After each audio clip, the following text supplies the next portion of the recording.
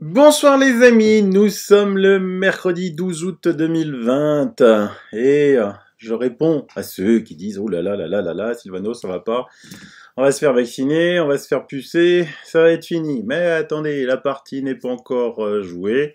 Certes, ils ont les moyens, ils ont tout, ils ont les médias, ils ont les banques, ils ont les labos, ils ont le Big Pharma, ils ont les politiques. Mais nous, on est là, on est le peuple, hein, et on est nombreux, on est puissants.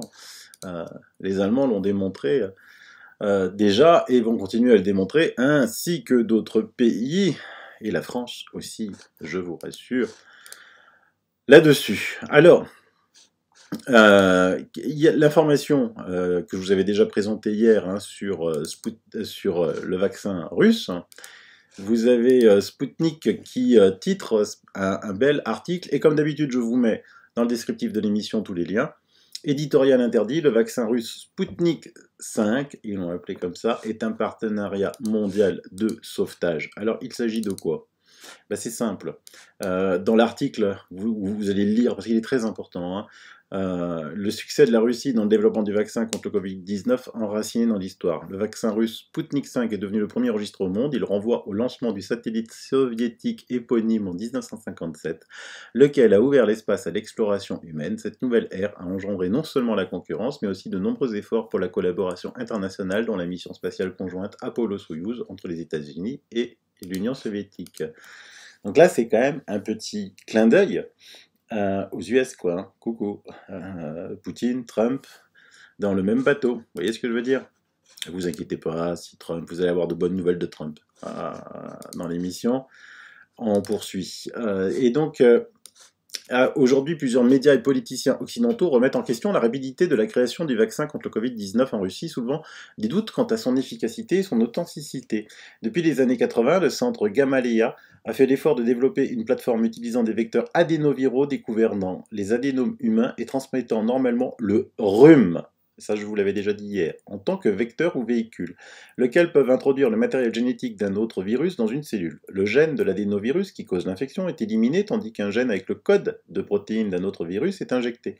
Il est petit, il ne s'agit pas de la partie dangereuse du virus, il est sans danger pour le corps, mais aide toujours le système immunitaire à réagir et à produire des anticorps protégeant de l'infection.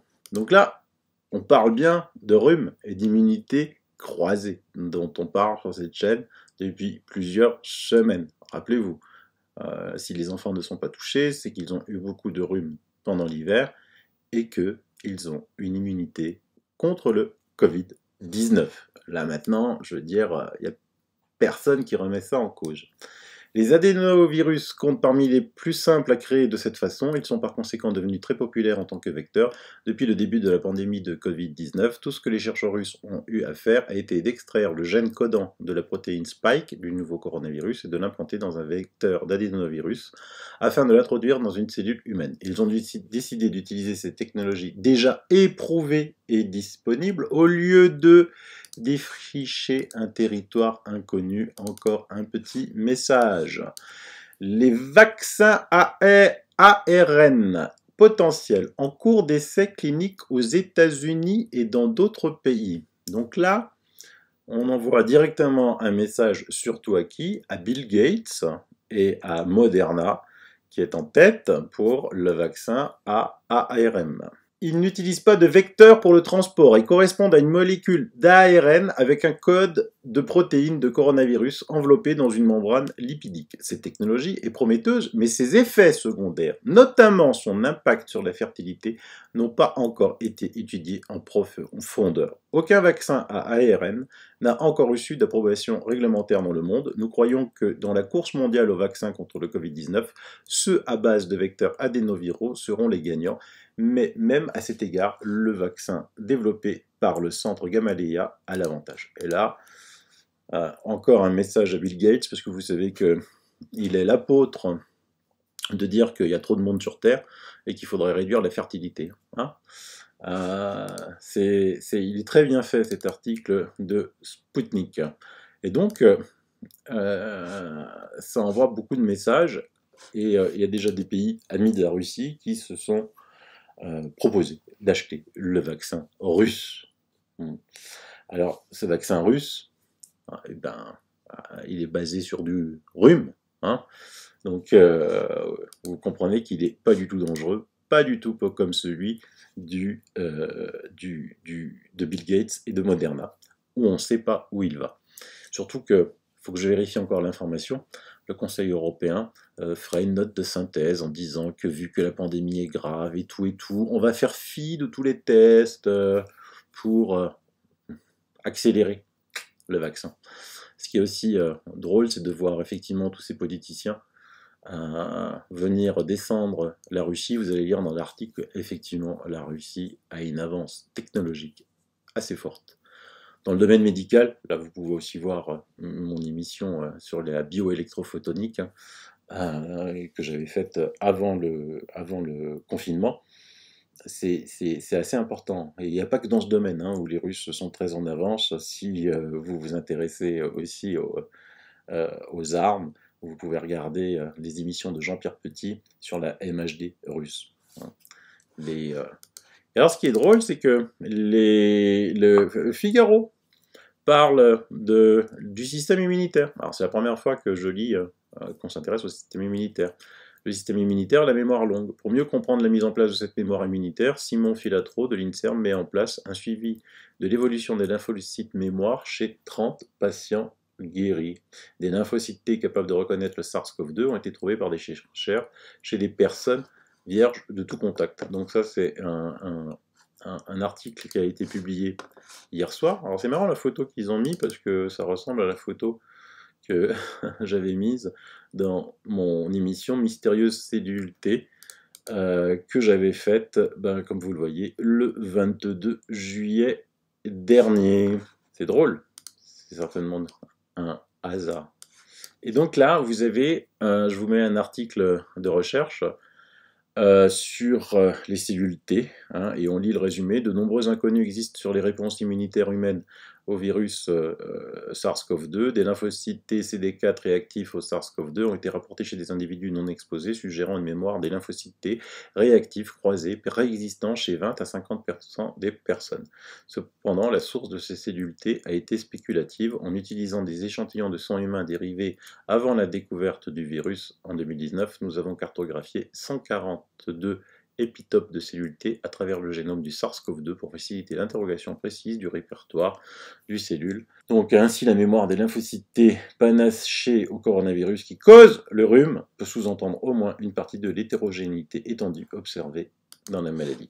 En fait, dans cette étude, ils disent on ne comprend pas pourquoi il y a des personnes qui n'ont pas été en contact de ce virus qui ne l'attrapent pas. Et donc, on en revient à l'immunité croisée avec le rhume.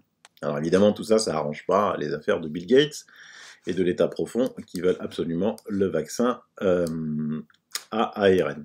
Alors pour ceux qui disent ça c'est des théories, je vous mets aussi un article du journal Le Monde, financé par Bill et Melinda Gates. Je vous rappelle, ils ont reçu 2,6 millions de dollars ces 2 dernières années. Et qui date du 19 décembre 2019. Le Kenya et le Malawi zone test pour un carnet de vaccination injecté sous la peau. Des ingénieurs américains ont mis au point un marquage et une vaccination sous-cutanée encapsulée dans des nanoparticules. Ah bah oui, parce qu'il y en a qui disent ouais mais non mais tout ça c'est vous êtes complotistes, c'est n'importe quoi, Bill il est gentil, il nous adore, c'est le philanthrope du monde. Ouais c'est ça ouais bien sûr.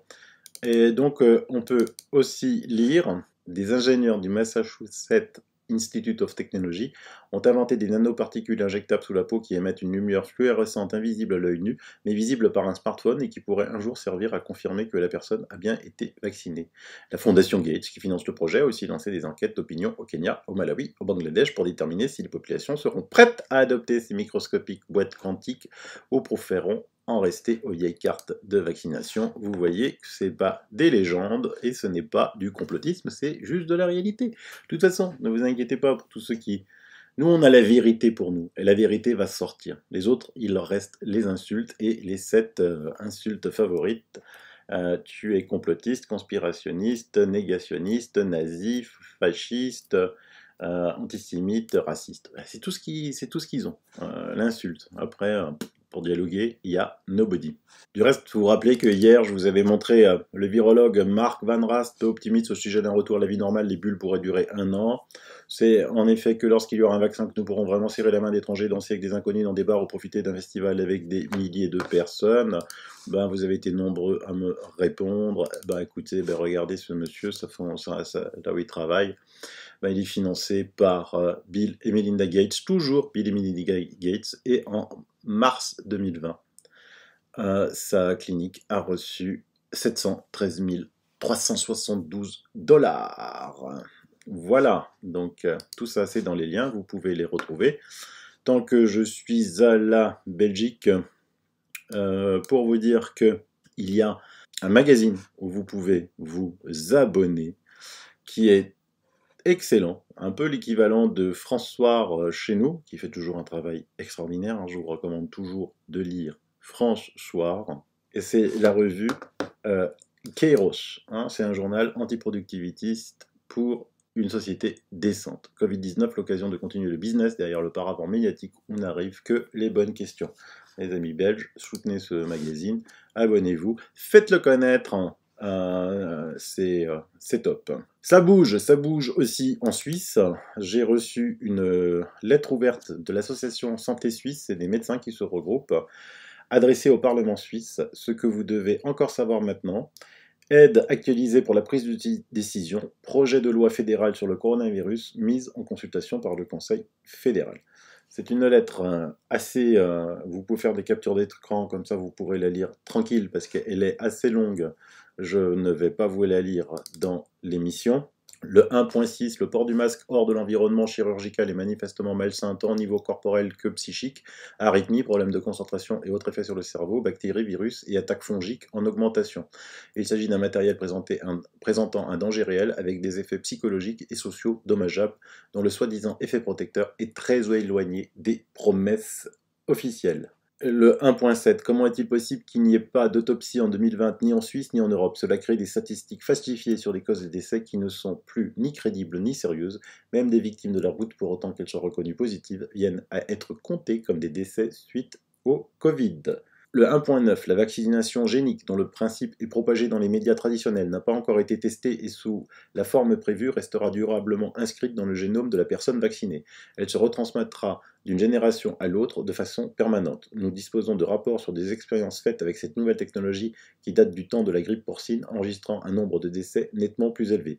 Pouvons-nous accepter ce risque pour nos familles et pour la population? Des possibilités moins coûteuses et des alternatives réelles au vaccin telles que l'appliquent de nos jours déjà la Chine et la Russie, vaccins inactivés sans impact sur le génome, sont restés sans attention. Le 1.11. La deuxième vague, mise en scène par les médias et les autorités. En tant que phénomène, la deuxième vague n'existe pas. Ce fait est connu par tous les médecins et scientifiques qui se basent sur les faits. La meilleure des solutions serait pour nous préparions à affronter une vague continue telle que cela a toujours été le cas durant les dernières années, sans bouleversement particulier. 1.12. Une vaccination ne protège pas complètement. Tous les essais à ce jour, même ceux de longue date pour trouver un vaccin contre les virus de refroidissement, ont démontré une protection lacunaire.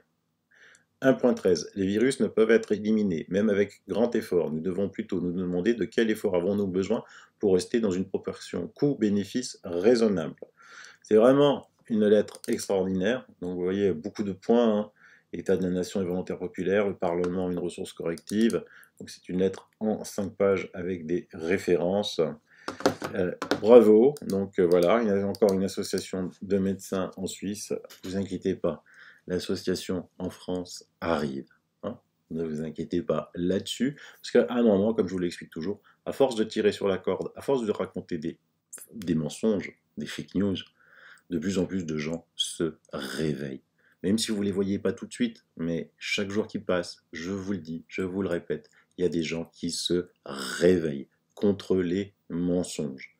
Les mensonges des médias fake news. D'accord? Je vais vous en montrer un, tiens, un énorme mensonge avant de revenir au masque. Je vais vous montrer, c'est Odile qui a trouvé ça, j'ai vérifié, c'est vrai. C'est un truc de fou. Regardez, je vous mets aussi dans les liens, ce qu'on trouvait par exemple dans les médias, là ça date du 27 avril. États-Unis, des camions transformés en morgue et des lots de cadavres enterrés dans des fosses communes. Vous vous rendez compte? Le pays de Donald Trump totalise désormais 54 841 morts, avec 964 937 cas d'infection confirmés. Les États-Unis sont de loin le pays le plus touché par la pandémie, mais aussi bien en nombre que de décès. Et donc, vous voyez des images quand même. Les gens qui voient ça, ben c'est sûr qu'ils ont peur, quoi. Un pays développé, la première puissance mondiale, obligé de creuser des fosses communes pour enterrer les gens qui sont morts du Covid. Vous imaginez la peur que cela fait, ça? Vous comprenez aussi pourquoi certaines personnes qui ne sont pas habituées à regarder, à écouter ce qui se passe sur le net, peuvent être terrorisées en regardant ce genre de photos, ce genre d'images. Vous vous imaginez? L'impact, il est vraiment très fort, hein, très, très, très fort. Et donc, si on fait un focus, voilà donc cette photo qui est horrible. Bien. Maintenant, je vais vous présenter un film qui s'appelle Contagion, qui est sorti le 9 novembre 2011. Synopsis, une pandémie dévastatrice explose à l'échelle du globe. Au Centre de prévention et de contrôle des maladies, des équipes se mobilisent pour tenter de décrypter le génome du mystérieux virus, qui ne cesse de muter. Le sous-directeur Cheever, confronté à un vent de panique collective, est obligé d'exposer la vie d'une jeune et courageuse doctoresse, tandis que dans les grands groupes pharmaceutiques se livre une bataille acharnée pour la mise au point d'un vaccin. Un docteur de l'OMS s'efforce de remonter aux sources du fléau. Les cas mortels se multiplient jusqu'à mettre en péril les fondements de la société, et un blogueur militant suscite une panique aussi dangereuse que le virus en déclarant qu'on cache la vérité à la population. Donc, vous voyez, c'est un film qui a eu des félicitations avec Marion Cotillard, Matt Damon, Laurence Fishburne. Bien. Vous savez ce qu'on trouve dans le film? Regardez là, à la 1h03:10, on trouve ça. Je vous les mets ensemble. Est-ce que j'ai besoin d'en rajouter? Voilà, vous avez les liens, vous avez le film, vous avez l'article, hein, qui a été repris par beaucoup de médias. Voilà, et après, on nous traite, nous, de complotistes, et après, soi-disant, on transmet des fake news. Tout ça, vous pouvez le vérifier par vous-même. Ensuite, faites appel à votre bon sens, et dites-vous, qu'est-ce que ça vous inspire? C'est tout. Alors, comme ils osent aller très très loin, mais très très loin, pour continuer la peur, je vais vous montrer autre chose. La folie n'a pas de limite. Obligation de porter des masques lors des appels Zoom pour des raisons d'apparence. Alors Zoom, c'est de la visioconférence, un logiciel de visioconférence que vous pouvez télécharger sur votre ordinateur, sur votre smartphone pour faire des visios. Hein, c'est gratuit à deux. Pour deux, c'est gratuit, c'est payant si vous voulez en faire plus, pour plus de Zoom. Et donc, en fait, c'est quoi cette affaire? Eh bien, on va y aller. Hein. Certains responsables de l'État du Wisconsin ne se moquent pas de la propagation du Covid. Dans un email envoyé aux employés le 31 juillet, le chef du département des ressources naturelles du Wisconsin a non seulement rappelé aux employés que la commande de masques du gouverneur Tony Evers entre en vigueur le 1er août, il a également déclaré que chaque employé devait porter un masque, même lors d'une téléconférence. De plus, portez votre masque même si vous êtes à la maison pour participer à une réunion virtuelle qui implique d'être vu, comme sur Zoom ou une autre plateforme de visioconférence, par du personnel n'appartenant pas au DNR, a déclaré Preston Cole, selon Milwaukee Journal Sentinel. Donnez l'exemple de la sécurité qui vous montre en tant qu'employé de la fonction publique du MRN, soucié de la sécurité et de la santé des autres. C'est un peu ce que font nos ministres. Maintenant, ils sont partout vus avec des masques, même quand il n'y en a pas besoin. Alors évidemment, le gouverneur du Wisconsin, c'est Tony Evers, un homme politique américain, bien évidemment membre du parti démocrate. Hein. Ah oui, hein, je vous l'ai dit. Ils veulent continuer le virus de la peur pour arriver aux élections américaine, un vote par email, vote par poste, comme ça ils peuvent tricher, parce qu'ils savent très bien que Trump va écraser Joe Biden, même si ce dernier nous a bien fait rire en disant qu'il choisissait une colistière, colistière, celle qui deviendra un vice-président noir, hein, alors que c'est une sénatrice qui a prêté serment, son père est jamaïcain et sa mère est indienne. Et quand elle a prêté serment pour être sénatrice, elle a prêté serment en tant qu'amérindienne. On en est compte un petit peu? Et il la présente comme noire. Après, Quand vous êtes dans le mensonge, il faut rajouter des plus gros mensonges hein, pour pouvoir continuer, hein. C'est pas un souci. Hein. Concernant le port du masque, je vous mets un article. Les masques faciaux ne fonctionnent pas. Hein. Et donc, il vous explique dans cet article, dans des cas isolés où les personnes ont mis des masques, hein, comme au Fort Benning, ou dans d'autres endroits, l'article est assez long, et ben, le virus s'est quand même propagé. Là, on en revient à la théorie que ça se propage peut-être pas uniquement par aérosol. On en parlait souvent avec l'émission que je vous conseille de regarder sur la chaîne de l'IHU Méditerranée, la dernière de Didier Raoult, et il y en a bien d'autres. Et en fait, sur le même document concernant l'affaire de la visioconférence, vous avez une étude assez extraordinaire qui a été faite. Le département de physique de l'université de Duke a testé l'efficacité des masques et des revêtements pour le visage pour arrêter la propagation du Covid et a constaté que les guêtres en molleton peuvent aggraver la propagation et que par rapport à l'absence de masque. C'est traduit de l'anglais, c'est pas très bien traduit. En fait, ça se propage encore plus avec le masque. Et évidemment, bon, eux, c'est des physiciens, ils sont pas affiliés à Big Pharma, donc ils sont pas dans l'état profond, ils font des études avec des machines assez extraordinaires, vous le verrez. Voilà. Après, les faits sont là. Nous, par contre, on dit porter du masque. Vous avez, par exemple, notre ministre de la Santé, Olivier Véran, qui a envoyé, là, c'est des abonnés hein, de Brest qui m'ont envoyé ça pour renforcer, blabla. Le port du masque est obligatoire dans les lieux publics clos, blabla. Donc il dit que j'ai conscience que les masques ont un coût, vous pouvez regarder, lire l'article, bon, c'est pas très intéressant. Ce qui est le plus intéressant, c'est ça, hein. C'est la notice d'utilisation. 4 heures max. Ah, 4 heures max. Alors les gars, voilà, hein, 4 heures max. Quoi. Et puis alors, comment porter le masque? Là, c'est bien fait. Avant de le mettre, il faut se laver les mains pour le mettre. Il faut toucher que les lanières en diastique. Lorsque vous le portez, il faut éviter de le toucher. Ne mettez jamais en position d'attente sur le front ou sur le menton. Il faut changer de masque quand vous l'avez porté 4 heures. Quand vous souhaitez boire ou manger, vous allez boire un coup parce qu'il fait très très chaud, il fait 40 degrés. Il faut changer de masque hein, quand il devient difficile de respirer. C'est-à-dire que quand vous suffoquez, il faut aussi changer de masque. Si le masque s'humidifie, donc très rapidement, hein, si le masque est endommagé, si le masque est déformé, il ne tient plus correctement sur votre visage. Et pour l'enlever, toute la technique pour l'enlever. Donc en fait, dans une journée, si vous êtes amené à vous déplacer à l'extérieur, vous allez avoir, si vous respectez les consignes là, une consommation de 20-30 masques. Hein. Voilà. Minimum. Sinon, je ne vois pas, vous respectez avec cette chaleur, hein, 40 degrés, je vous rappelle, hein, quand même. Donc, mais on se dit, ah, mais qu'est-ce qui se passe à Brest et tout, bah, là, c'est du mardi 11 août 2020, il n'y a plus de malades du Covid hospitalisés à Brest. Les statistiques, blabla, je vous laisse lire, il n'y en a plus. Mais, à ce qui paraît, il y avait des clusters. Du reste, en parlant de ça, je vais vous montrer un courrier qu'un médecin m'a fait. Mais évidemment, j'ai barré hein, pour protéger. Hein. Bonjour Sylvano, je me permets de transférer par email le message que j'avais laissé la semaine dernière sur Messenger. C'est bien de réitérer, hein, parce que moi je suis débordé de partout, donc souvent je ne les vois pas. Donc plus vous réitérez vos emails, plus j'ai la chance de les voir. Là, c'est oui, effectivement, je m'en serais voulu de ne pas l'avoir vu. Je suis médecin et cette personne indique où exactement. À l'hôpital depuis mars, on avait un bandeau Covid sur la page d'accueil des ordinateurs actualisé quasi quotidiennement au début, puis 2 fois par semaine. Le dernier bulletin datait du 16 juillet et faisait état d'un malade en réa, plus 6 en unité Covid sur l'ensemble de Strasbourg à la date du 29 juin. La sortie du plan blanc était actée mi-juillet, le bandeau a disparu des ordinateurs depuis quelques jours. Je viens d'aller sur le site de l'ARS Grand Est qui indique 13 nouveaux patients en soins intensifs dans son dernier bulletin. Mais quand on clique dessus, et il n'y en a qu'un, 13 correspond à 12 admissions hors réa, plus une seule en réa, quelque part dans la Marne. Je suis quasiment le seul membre du personnel soignant à me promener sans masque dans l'hôpital, sauf quand j'opère, bien sûr. J'ai demandé au service opérationnel d'hygiène de l'hôpital de nous fournir des masques à gaz en surpression avec ventilation autonome, les seuls à pouvoir filtrer les virus de la gravissime pandémie que nous traversons. Ils m'ont répondu qu'ils allaient bientôt me répondre, mais qu'ils étaient en effectif réduit pour cause de vacances. Ah bah oui.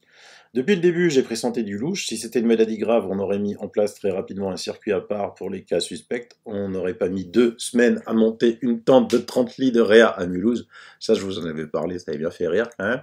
Et on aurait mis les malades dans les lits de proximité des réa de cliniques plutôt que de les envoyer à Poitiers par TGV ou en Allemagne en avion. Transfert bien médiatisé d'ailleurs et relayé sur les chaînes poubelles. J'en suis de plus en plus à me demander s'il s'agit d'une réelle épidémie ou ou d'un conte inventé pour faire monter la peur et la demande de plus de sécurité. En imaginant que ce soit une fable, sans virus du tout, les choses deviennent d'une limpidité totale, on comprend mieux à quel point les choses sont orchestrées, non seulement pour faire peur, mais pour diviser. Il n'y a qu'à voir les luttes entre pro et anti-masques, pro et anti-Raoult. Je suis horrifié de voir que le monde médical suit gentiment les instructions à la lettre et que personne d'autre ne se rebelle dans mon entourage médical, même quand je leur dis d'aller voir la norme AFNOR des masques chirurgicaux, qui dit pas très clairement, il est vrai que ces masques ne protègent pas des virus, ou quand je leur demande sur quels critères on pourra dire que l'épidémie est terminée si ce n'est pas en fonction du nombre de cas de malades réels. Et en fait, quand on clique effectivement sur l'ARS, vous avez oui, effectivement les Ardennes. Alors regardez bien, ce qui est très intéressant, hein, c'est à côté, c'est le nombre que l'on fait de tests, hein, 900, 800, 700, et de l'autre côté, le nombre de cas que l'on trouve. Donc vous voyez l'échelle là, 0, 1, 2, 3, 4. Alors, elle pourrait paraître énorme quand vous voyez, bah oui, mais d'un côté c'est 4 et de l'autre côté c'est 900, 800. Mais c'est sûr que si on mettait les échelles en parallèle, ça paraîtrait ridicule, hein, ça paraîtrait ridicule. Donc, vous voyez, on n'arrête pas de tester de plus en plus. Est-ce qu'on trouve beaucoup plus de cas? On va voir, hein, pour tous les départements. Si vous avez l'Aube, voilà, c'est pareil. Donc là, regardez l'échelle. Alors là, c'est pareil, c'est toujours 900, les mêmes échelles que l'autre. Mais regardez à gauche, pour l'Aube, c'est 0, 2, 4, 6, 8, 10, 12. Pour la Marne, c'est 0, 10, 20, 30, 40, 50, 60. Et pour la Haute-Marne, c'est 0, 1, 1, 2, 2, 3, 3, 4, 4. C'est un truc de fou pour vous continuer le virus de la peur, parce que c'est un truc de fou, c'est un truc de fou. On change les échelles, on change les échelles, les échelles pour continuer le virus de la peur. Alors après, regardez, on va en Meurthe-et-Moselle. Alors on se dit, ah, Meurthe-et-Moselle, c'est terrible. Ah oui, mais eux, c'est 0, 5, 10, 15, mais de l'autre côté, ça a changé. C'est 200, 400, 600, 800, 1000, 1200. Vous vous rendez compte, hein, on a changé là. En Moselle aussi, mais en Moselle, c'est 0, 100, 200, 300. Mais c'est 0, 10, 20, 30, 40, 50, 60. Hein. Et pour la Meuse, c'est 0, 5, 10, 15, 20, 25, 30. C'est rigolo hein, de s'apercevoir comment on peut présenter des tableaux pour continuer à faire la peur. Le Bas-Rhin, chez moi, là, c'est 0, 5, 10, 15, 25, 20, 30. Voilà, et c'est 900. Et les Vosges ont augmenté à côté, donc c'est 200, 400, 600, 800, 1000, 1200. Et à côté, c'est 0, 5, 10, 15, 20, 25. Et pour le Haut-Rhin, c'est 0, 5, 10, 15, 20, 25, 30, 35. C'est drôle. En fait, il n'y a rien, quoi. Hein. C'est-à-dire qu'avant, on ne testait pas. Maintenant, on teste. Hein, parce qu'après, si on fait suspicion de Covid... Ouais, voilà. Alors au 6 août, il y a eu 18 passages aux urgences pour suspicion de Covid, et ce qui représente, tenez-vous bien, 0,7% de l'activité totale de la structure d'urgence. Alors, ils disent que 61,1 de ces passages ont donné lieu à une hospitalisation, mais on ne sait pas vraiment s'ils ont été hospitalisés graves ou pas graves. Et si on va chez SOS Médecins, 15 consultations SOS Médecins pour suspicion Covid, ce qui représente 2,5% de leur activité. Aucune de ces consultations n'a donné lieu à une hospitalisation. Ça, je vous l'ai dit, hein, c'est-à-dire l'hiver prochain, ça va être dur. Hein. Quelqu'un qui a un rhume, un peu de fièvre, ah là, Covid, urgence, urgence, urgence. Hein. Allez, maintenant je vous montre quelque chose d'horrible, vraiment d'horrible. Hein. Un médecin recommande aux enfants de porter des badges jaunes s'ils n'ont pas été vaccinés. Voilà, donc regardez la tête du journaliste, donc ça c'est quand même l'émission... Tucker Carlson, c'est quand même l'émission la plus regardée aux États-Unis. Le journaliste est complètement horrifié. Il a reçu un médecin et un contributeur qui ont suggéré que les enfants devraient porter des badges jaunes, portant la phrase No hugs, please. Ça veut dire pas de câlin. Hein. T'es pas vacciné, tu ne portes pas de. T'as pas droit au câlin.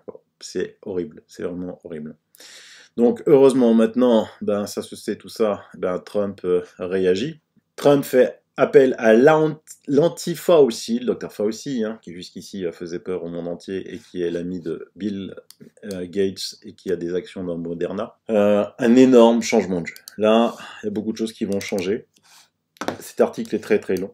Les 2 dernières semaines ont été frustrantes pour la partie importante de la base de Trump qui pense que les verrouillages, la distanciation sociale non ciblée et le fait de forcer tout le monde à porter des masques ne sont ni des réponses efficaces ni nécessaires au Covid-19 et en fait sont une menace beaucoup plus grande que le virus lui-même. Il croit que nous devrions enfin commencer à écouter les milliers de médecins et de scientifiques que les médias en voiture se sont efforcés de faire taire, au lieu de suivre aveuglement les dictats de bureaucrates de longue date qui ont été gonflés, poussés et placés sur un piédestal par des fournisseurs professionnels de fausses nouvelles comme Tepper et Cuomo.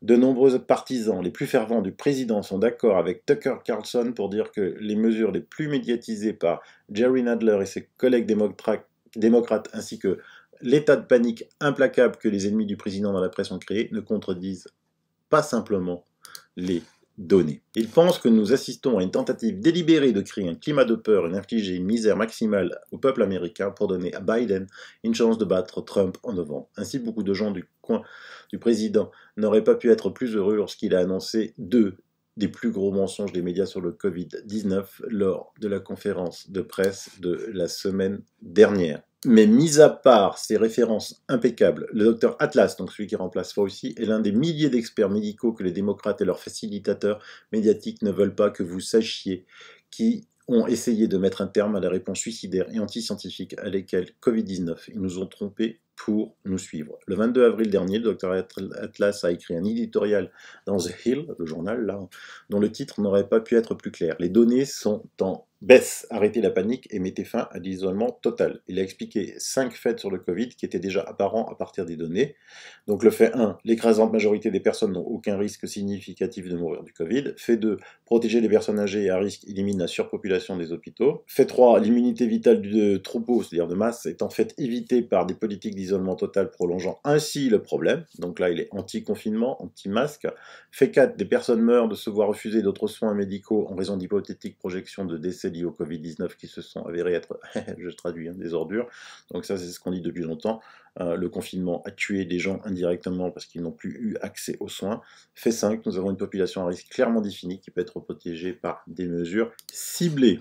D'innombrables vies auraient été sauvées, une quantité déchirante de difficultés, de misère inutile aurait été évitée si davantage de personnes avaient été au courant de l'article du docteur Atlas en avril lors de sa première parution. Un mois plus tard, le nouveau conseiller de Trump a tenté de faire passer le mot selon lequel les verrouillages finiraient par tuer beaucoup plus de personnes que même les pires des projections de décès extrêmement gonflées de Covid.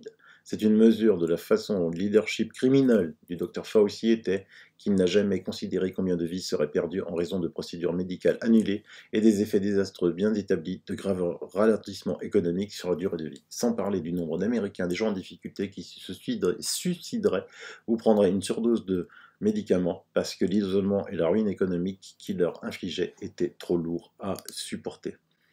Vous voyez ? Hein, c'est tout ce que je dis dans mes émissions. On va traiter de complotistes la moitié de la Terre, et les autres, c'est les sachants. Mais oui, mais bon, la vérité, elle est très forte. Un article, alors je suis pas abonné, donc j'arrive pas à le lire, pour ceux qui sont abonnés aux Parisiens. Les vacances gonflent-elles le nombre des cas à Paris? La méthode utilisée pour recenser les tests positifs en France pourrait provoquer une hausse artificielle du nombre de cas positifs en Ile-de-France, et notamment à Paris, selon Santé publique France, et certaines explications.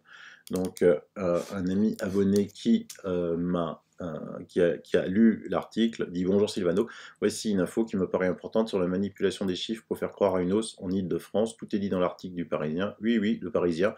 En gros, les Parisiens qui sont testés positifs en province sur le lieu de vacances sont comptabilisés comme s'ils étaient à Paris, ce qui fait croire à une hausse de cas à Paris. J'espère que tu jugeras utile de relier. Merci à toi Frédéric.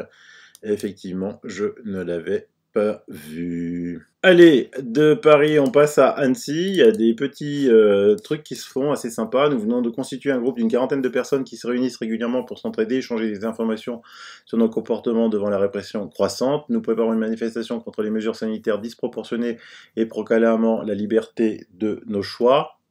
Lors de notre première réunion du jeudi 6 août, nous avons eu la confirmation venant de 3 sources directes et différentes qu'il n'y avait plus aucun malade du Covid hospitalisé à l'hôpital d'Annecy. Pourtant, dans les 26 rues piétonnes du centre-ville d'Annecy, le port du masque est devenu obligatoire, bien qu'une liste citoyenne écologique ait été élue, mais on sait que le préfet met la pression sur le maire. Sur Nice, je vous mets un média qui est super, qu'il faut aider. Hein, c'est un beau dossier qu'il a fait, Objectif Covid, soumission et robotisation de la population planétaire. Je vous mets dans les liens. Ah, vous voyez, ça bouge, ça bouge, ça bouge, ça va un peu plus doucement, mais ça bouge. Je vous mets aussi une émission qui est passée sur CNews, Faut-il généraliser le port du masque, avec l'excellent Philippe Parola, chef des services de maladies infectieuses de l'IHU de Méditerranée. Pour tous ceux qui ont l'habitude de regarder BFM CNews, bah, vous pouvez montrer ça, comme ça rassure et ça montre un autre son de cloche. Voilà. Sinon, dans vos messages, on me dit, petite réflexion en passant, fut un temps, en période de canicule, on affolait les gens avec les pics d'ozone. Aujourd'hui, plus personne n'en parle. Bizarre, non? Ah bah oui, pics d'ozone, ils en font tellement déjà sur le Covid. Pics d'ozone, ils s'en foutent, hein. Pollution, là, en ce moment, particules fines. Bah, de toute façon, ils ont des masques, hein, donc ça va aller. Mais non, c'est plus là du tout la préoccupation. Quand ils ont les journalistes, ils font pas la peur avec ci, ça, ça, ça. Ils focalisent, hein, ils focalisent dur comme fer.